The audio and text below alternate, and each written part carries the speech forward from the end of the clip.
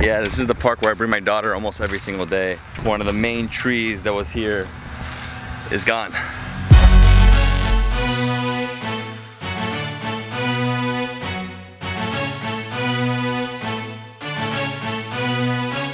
Hi guys, David Hoffman here from Davidsbeenhere.com. I'm here in my hometown of Miami, Florida, and I just got back from Dallas, and the reason I was there is because Hurricane Irma almost destroyed my home city. We were so lucky not to get hit directly by the hurricane. Hurricane Irma was a category 5 and then eventually dropped down to a 4, 3, 2, and then, you know, obviously disappeared. I mean, we got like a lot of winds here. As you can see, this is my house. This is one of the trees that fell. As you can see, the cleanup crews are coming through and cleaning all the mess. I mean, trees are everywhere. I'm gonna take you around my neighborhood. This is like South Gables, Coral Gables, South Miami, and just like trees, non-stop trees. I mean, we're very lucky nothing went on our house, but my father has a hole on his roof right now. There's debris everywhere. Look at that, just look down the street, it's crazy.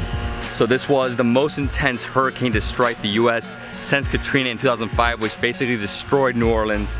It was the first hurricane to make landfall in Florida since Wilma in 2005. We also felt the effects of that one. Irma hit the Florida Keys and basically almost annihilated the Keys. I think 95% of the homes and buildings there have been destroyed or affected. I think over 500 people actually stayed in the Keys, and that's basically like you know, committing suicide because it's insane right now out there. I mean, you can't even get to the Keys. You know, some of the islands in the Caribbean that were completely destroyed by the hurricane when it was a category 5 are Barbuda, which has 0 people right now. It's the first time in over 300 years that not one soul is on the island. St. Bart's, Anguilla, St. Martin, and the Virgin Islands all were hit or almost destroyed by Hurricane Irma. Let's get in my car right now. I'm gonna show you what this place looks like. It's just debris everywhere, man. I can't even lift this thing. It's like, it's a giant. Can't move it. Yeah, I'm very lucky that nothing fell in my car or my wife's car. Just a lot of debris from the trees. We did get category 1 winds. We're very lucky. Nothing actually happened to our house. Now this house had a huge tree that fell. Look at this. I mean, the winds weren't that bad, but they were over 100 miles an hour. Another thing that's very scary during a hurricane is the, you know, the lack of gas, petroleum in the city, because everybody's rushing to get gas and then, you know, drive out of the state. I know it was insane. I saw in the news, people were fighting in lines at the grocery stores just to get water, and look at this tree. Don't want to be around for a hurricane. You know, I remember when I was a kid, I used to love like getting ready for a hurricane, and I actually went through one of the worst hurricanes to ever hit Miami. It's called Hurricane Andrew in 1992, and it was about a month that we were stuck in Aventura, which is like the north part of Miami. And we were stuck, I mean, we were stuck in a hotel because the whole city was flooded, trees were everywhere, the zoo was crazy, every animal escaped, we had the National Guard here. It was an insane time, and I can't even imagine that happening again. And even now, after this hurricane, you know, there's debris everywhere. It's been already 3 days since the winds hit, and still most people don't have power and won't have power for another week or 10 days. I'm like one of the lucky souls to have power. I know a few other people that have power, but my parents don't have power. My mother-in-law doesn't have power. Almost everything's closed. Most restaurants are closed. And yeah, I mean, my heart goes out to everybody that was affected by Hurricane Irma and everybody affected by Hurricane Harvey in Houston.